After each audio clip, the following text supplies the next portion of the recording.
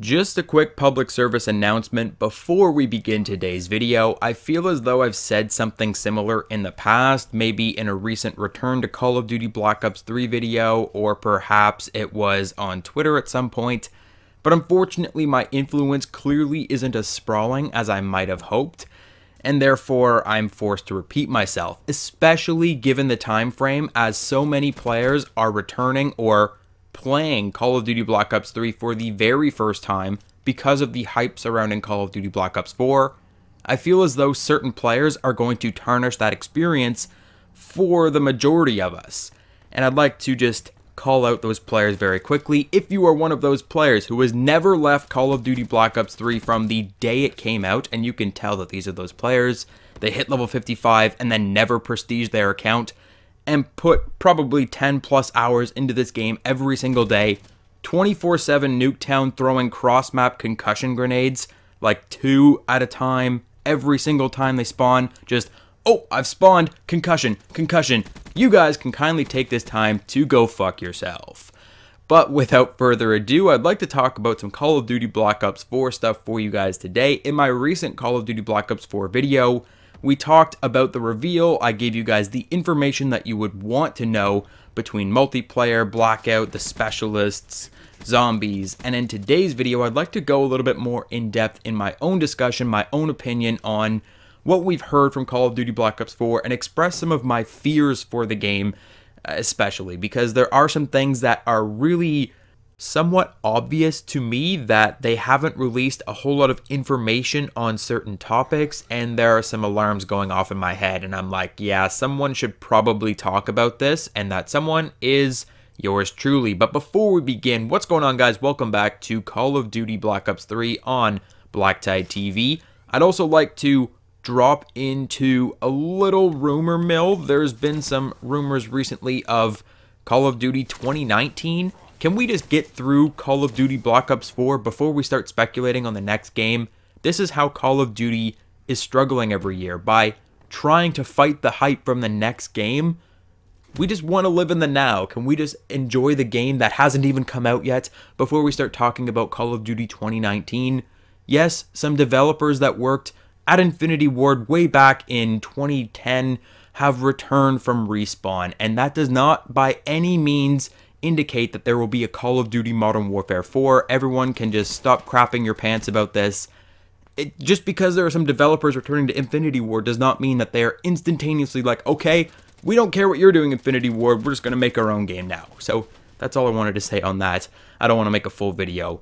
And now for the topic at hand. Call of Duty Black Ops 4 will be a massive undertaking and a huge risk for Treyarch in 2018. Between the massive overhaul to the Call of Duty engine, neglecting a campaign mode, making the multiplayer very team-oriented and very strategic, pushing harder on this Rainbow Six Siege Overwatch hero shooter vibe, Treyarch has essentially boiled down the essence of what makes Call of Duty and removed all but the shooting mechanics from the upcoming Call of Duty Black Ops 4. While they are revolutionizing their video game, bringing themselves into the modern age, we've been more or less playing the same Call of Duty game for 10 years now, if we're being honest, and that's cool, but they are alienating a large chunk of their audience, especially the casual players, in the meantime. Not to mention the fact that they are definitely pushing on that games as a service model that we've seen on the rise in the video game industry over these past few years. Games as a service is where they really want you to continue playing their game for years to come, and this was brought up multiple times throughout the community reveal that Call of Duty Black Ops 4, between the zombies, the blackout mode, and the multiplayer, will be a game that you can enjoy for multiple years. Call of Duty is now competing with itself in that they want you to stay on Black Ops 4 rather than moving to Modern Warfare 4, which will come out in 2019. Whether they are going to follow the same structure as Black Ops 4 or if they're going to come up with something new once again and have an entirely different experience in the next year's Call of Duty remains to be seen. However, the games as a service model unfortunately really pushes on monetization and microtransaction opportunities, and I've seen so many more microtransaction opportunities for Call of Duty Black Ops 4 than I've seen in a very long time. Specialists are returning, and that means supply drop apparel. You'll be able to open supply drops and find new outfits for your characters. Will they do the Black Ops 3 method where you can get different helmets and different bodies? Will you just have overall skins like they have in Overwatch? Will there be taunts and gestures? I can almost guarantee you that there will be. Weapon camouflage patterns, accessories, customizable reticles will all make a return in some type of microtransaction supply drop system, because this is how a games as a service product works. Once they sell you the game, the developer is no longer making money unless you are purchasing microtransactions. And if Treyarch wants us to play this game for years, quote, years to come, you can expect more microtransactions than you can shake a stick at. And that's not all. Call of Duty Black Ops 4, with its new, much more tactical playstyle, has been said to include many fewer weapon choices than we have had in installments in the Call of Duty franchise past. Therefore, could DLC weapons and weapon variants fill that gap left by those many fewer options? It's a definite possibility. I'm not going to talk about weapon variants, because if we talk about it, it might happen, but DLC weapons are 100% guaranteed to happen. We haven't had a game without DLC weapons in years.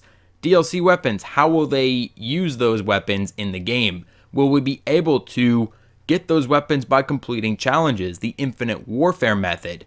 Give those weapons to everyone for free after completing a very basic challenge.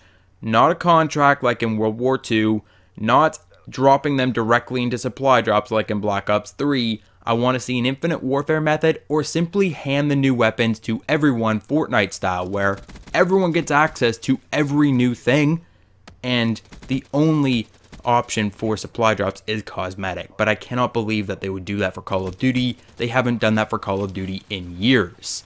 The last thing I'd like to bring up in terms of microtransaction opportunities: purchasable specialists.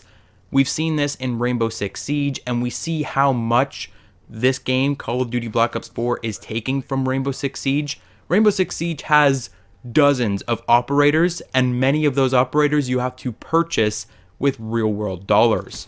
They could do this very easily for Call of Duty Black Ops 4 as well. There are 8 specialists, each with their own unique ability and equipment in the alpha build of this game. Perhaps there will be more at launch, but I can't imagine only using 8 characters for, quote, years to come. It's too easy to build new specialist abilities and equipment and balance those in-game for them not to include purchasable specialists like they have in Rainbow Six Siege. But from one major problem to another, games as a service microtransaction opportunities, to complex professional multiplayer alienating casual players. The big word on the street is that Call of Duty Black Ops 4 is going to be the main competition for Fortnite. Will this be the game that finally topples Fortnite? Likely not, because Fortnite is such a casual game. Call of Duty Black Ops 4, as I've said, is taking the essence of Call of Duty, the drop-in, drop-out accessibility of multiplayer, away from the game. It is now a much more tactical shooter where you must use specialists in tandem with other players. They're really fighting at this professional style multiplayer that we're seeing in more and more modern shooters like Rainbow Six Siege that I've mentioned before. While Treyarch is making that effort to modernize their shooter to compete with other popular shooters on the market, they are alienating their casual audience, both with removing campaign mode and making the multiplayer ticket to entry so much more expensive. With any luck, the Blackout Battle Royale mode will provide players with that casual kickback and enjoy experience that they've grown to know and love from the Call of Duty franchise past, because as of the alpha build of the game, multiplayer is no longer that thing, and it remains to be seen just how different this experience will be. But I'd love to hear from you guys in the comment section down below on anything we've talked about today. I will get back to you down there as soon as possible. Hit the like button if you enjoyed, subscribe, and I'll catch you guys on the next video.